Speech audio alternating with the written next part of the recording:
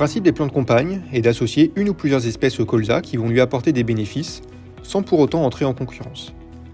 Ces associations se font quasi systématiquement avec des légumineuses gélives. Un des principaux enjeux se situe au niveau de la fertilisation azotée. Avec une plante de campagne suffisamment développée, on pourra diminuer la quantité d'azote minéral sortie hiver sur le colza de 30 unités par hectare. Ces plantes vont permettre également de structurer le sol à l'automne et de limiter la stagnation d'eau pendant l'hiver à laquelle le colza est sensible. D'autres enjeux moins évidents se situent autour du stockage du carbone dans le sol, à l'instar des couverts végétaux d'interculture, mais les plants de campagne peuvent avoir également un léger impact sur la diminution des populations d'insectes ou limiter le salissement dans certaines situations. Pour que la plante de campagne joue son rôle, il faut au minimum 500 g de matière fraîche par mètre carré. En dessous de ce seuil, elle aura été malheureusement inutile.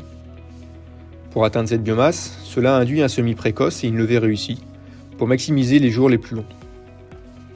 Le désherbage est également plus compliqué et irrégulier, notamment sur les dicotylédones, car ces légumineuses sont plutôt sensibles aux herbicides utilisés sur le colza.